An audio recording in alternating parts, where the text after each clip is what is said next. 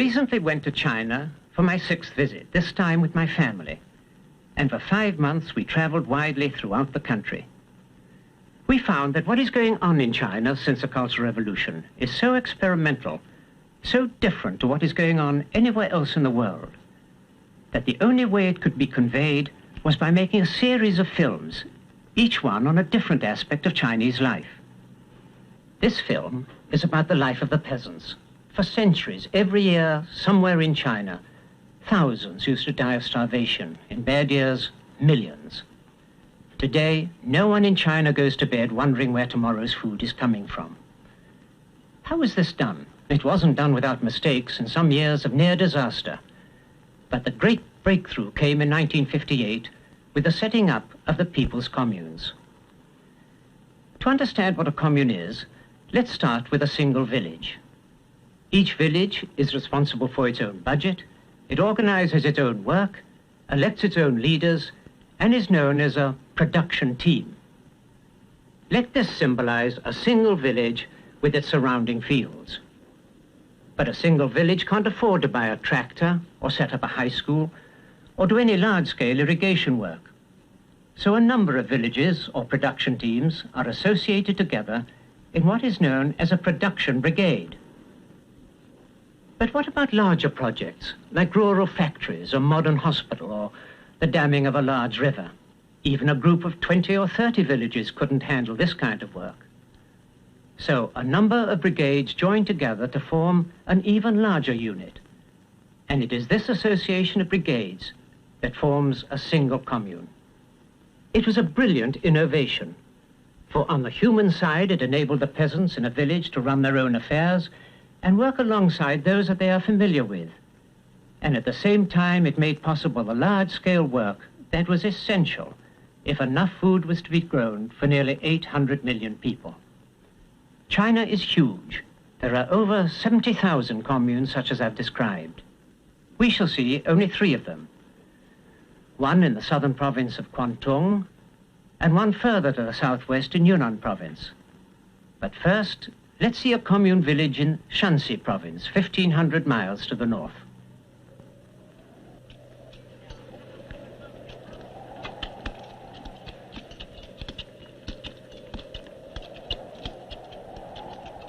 This area in Shenyang County in northern China has rainfall for only about 2 months a year. And when the rain does come in July and August, it comes in disastrous torrents.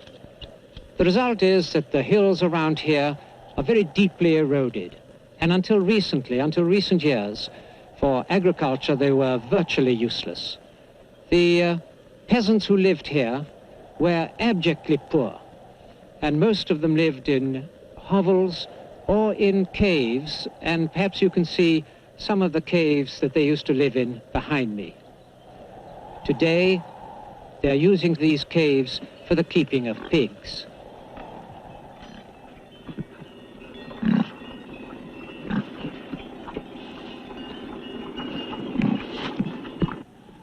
Only 83 families live in this small town of Tachai.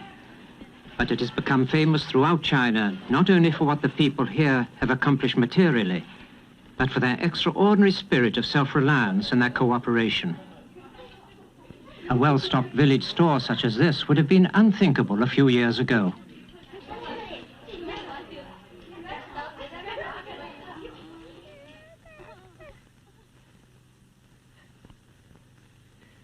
Since the establishment of the communes, and especially since the Cultural Revolution, the whole quality of rural life has undergone a transformation.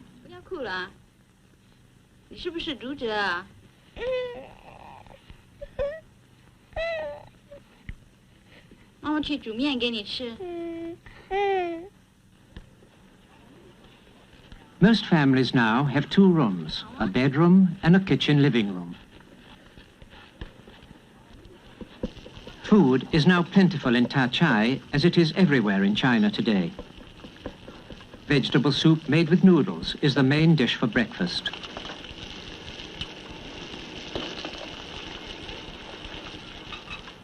The father has already worked for 2 hours at the corn husking yard, and his wife will go out to work there too, after the older children have left for school.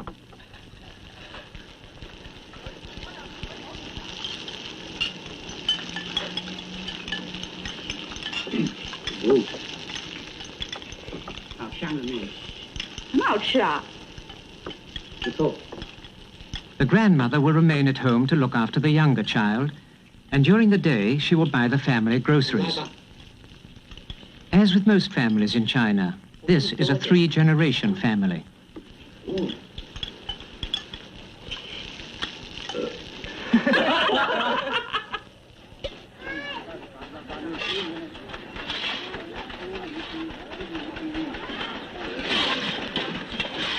During the morning, school children and their teachers help to clear the streets. The snow is taken and scattered on the fields, so when in the spring the warm weather begins and the snow slowly melts, it will help to irrigate the early crops.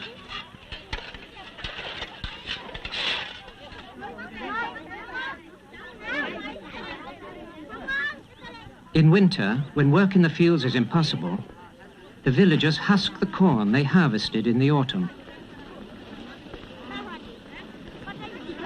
The work starts early.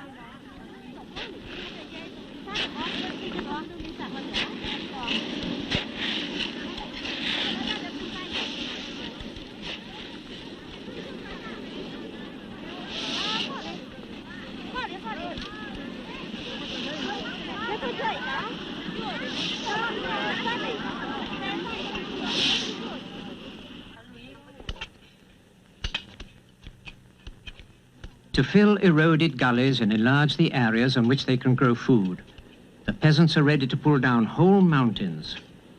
Here at Tachai, they have built hundreds of terraces to retain the soil.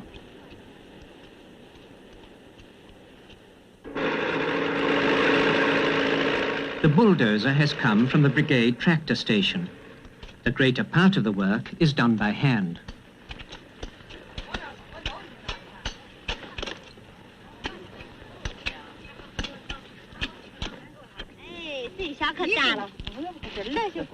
When decisions need to be taken about the work, the peasants gather for what they call an on-the-spot meeting.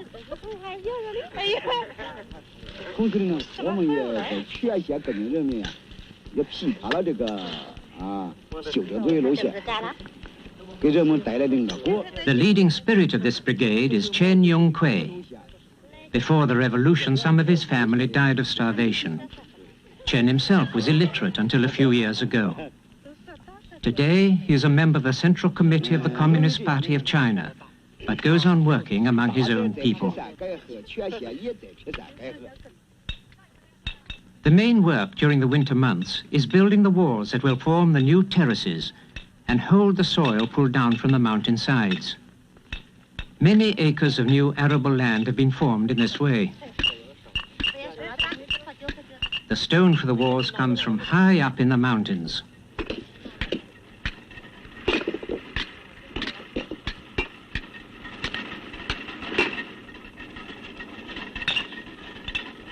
China's great agricultural achievements were only made possible by the readiness of the peasants to undergo immensely hard physical work.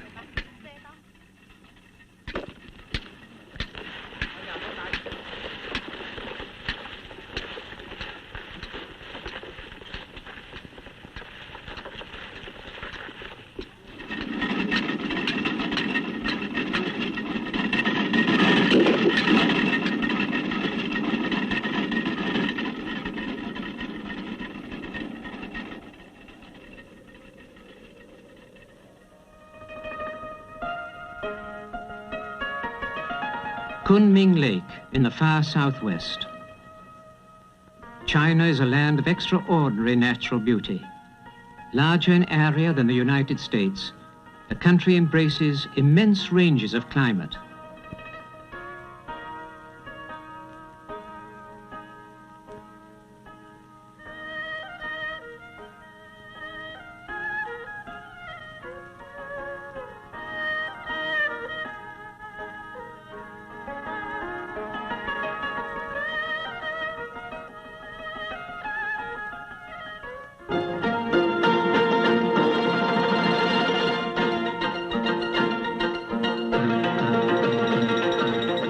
Here too, they are moving a whole mountain to make new fields.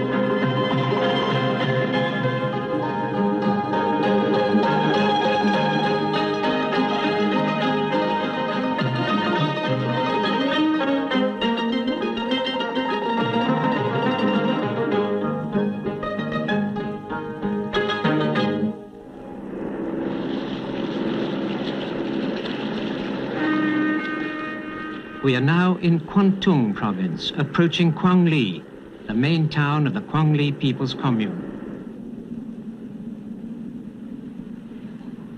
The Quangli Commune covers 96 square miles, and its 42,000 members live in 207 scattered villages.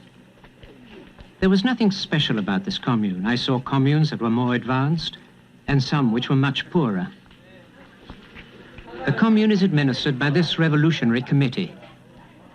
We were the first foreign guests to visit this commune. We found the committee members very down-to-earth, practical, amiable people.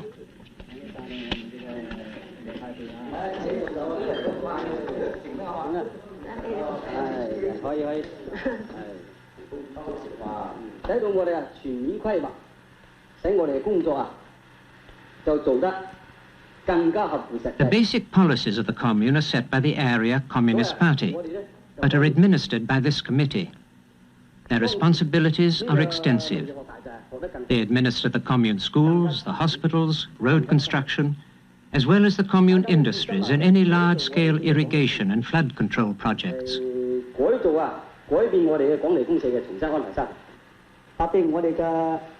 Some of the committee are elected by the commune members. Some are appointed by the party. Usually, about a third of the members of these commune committees are women.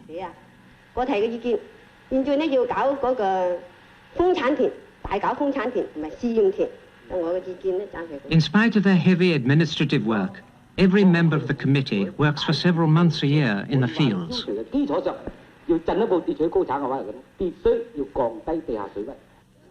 A man-made lake. Everywhere in China, one sees dams that have been built since the revolution. There must be tens of thousands of them. This one, built in 1959 with 2 other communes cooperating, radically improved the economy of this whole area. One man said to us, "Before we built the dam, our fields in the rainy season were waterlogged. In the dry season, our land was parched."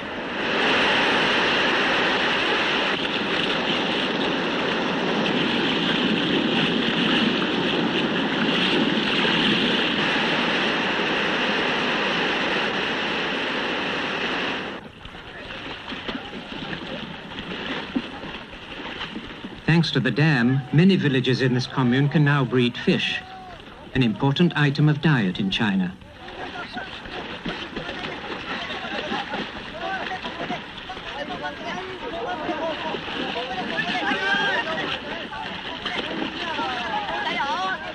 The dam also allowed a small power station to be built. Almost every village in the commune now has locally produced electricity. The availability of electric power has made possible one of the most significant developments in China, the expansion of rural industry. We found quite small workshops and factories making electronic components, tools for export, and even tractors. This development of self-reliant rural communities has become a keystone of national economic policy. During our own industrial revolution, rural populations flocked into the cities. China is planning her industry in quite a different way. Industry is moving into the countryside, bringing millions of her peasant population into industrial production. In this way, the Chinese hope that the great social and cultural differences between life in the cities and life in the country will gradually diminish. This dispersal of industry also has strategic advantages. Half of China could be overrun, and the other half could still function effectively. Incredible though it sounds, I found no inflation in China. Most things cost precisely the same, or even less than they did 15 years ago, when I first began to take notes of the cost of various items. Wages, on the other hand, have gone up.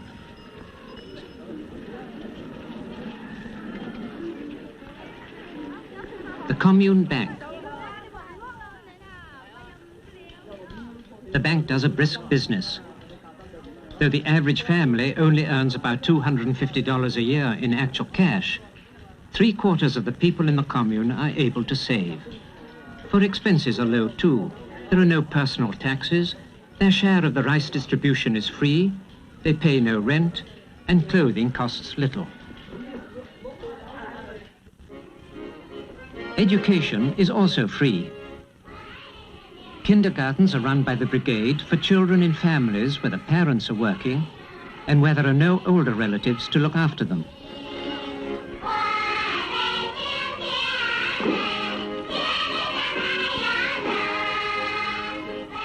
There are 107 kindergartens in this commune and 35 primary and middle schools. Before the revolution, there was almost no rural education at all.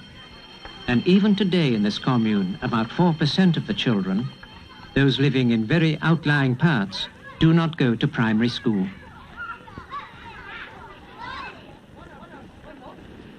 This commune, like all communes, has a central hospital with fully trained doctors and modern equipment, in addition to the many smaller clinics in the villages. Most commune members pay about 60 cents a year for full medical coverage.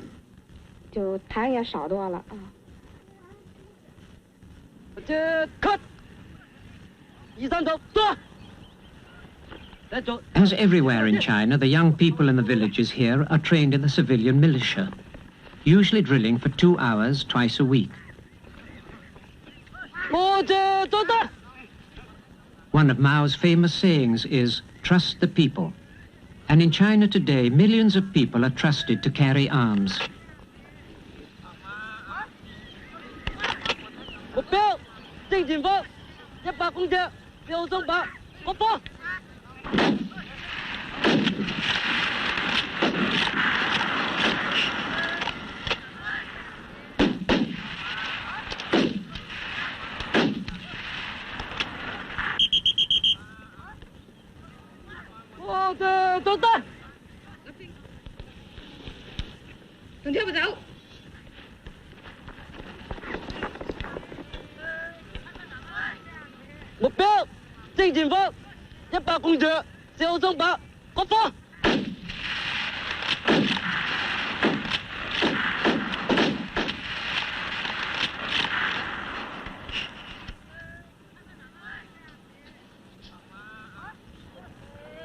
We spent a number of days in one of the commune's 207 villages, or production teams as they are called.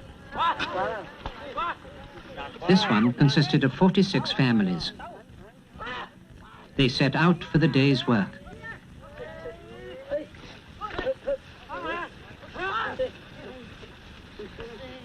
After the autumn harvest is in, every villager, regardless of age, receives an equal free distribution of rice. Last year, everyone received more than a pound of rice a day.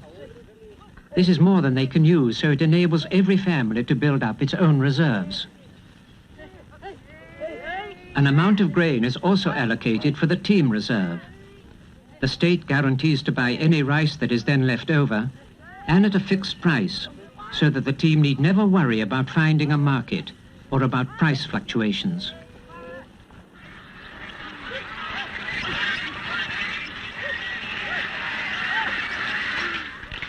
As a side occupation and a source of extra revenue for the village, this team grows bamboo.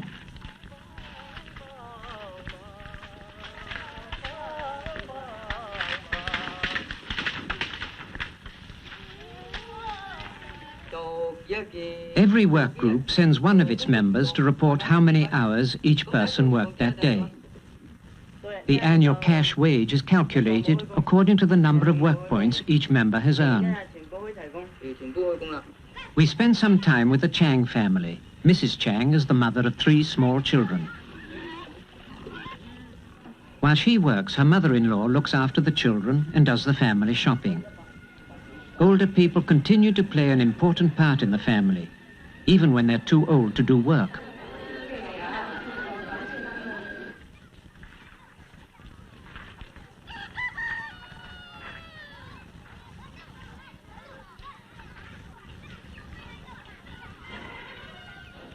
The Chang family gather for their evening meal around 6 o'clock. Mrs. Chang cooks the meal if the grandmother hasn't yet prepared it.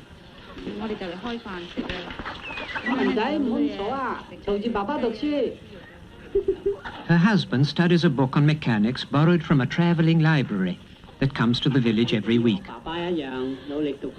The grandfather, during the day, is in charge of an orchard where the team grows mandarin oranges, which are sold to the state for export.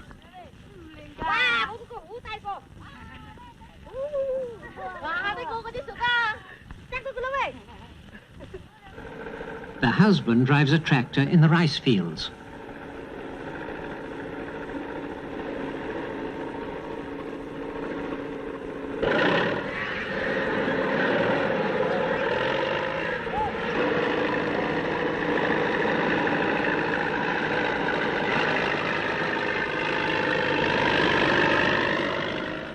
The husband's sister, during the day, helps on the rice drying yard. China still buys wheat from abroad, some of which goes into national reserves. But these imports of wheat also enable China to export rice, for which she obtains a higher price than she pays out for the imported wheat. She also makes a large annual rice contribution to the North Vietnamese. Some rice from this team goes off to the commune warehouse. Some goes to the much smaller team's reserves. And some goes to the grain reserve that is kept by every family. The Changs do not any longer have to worry about getting enough to eat.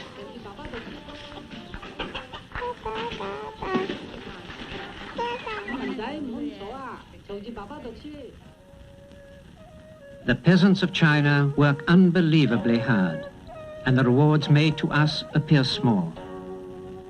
But the starvation and abject wretchedness which has haunted China for centuries is now a thing of the past, and the basis has been laid for quite a new kind of life for China's 600 million peasants.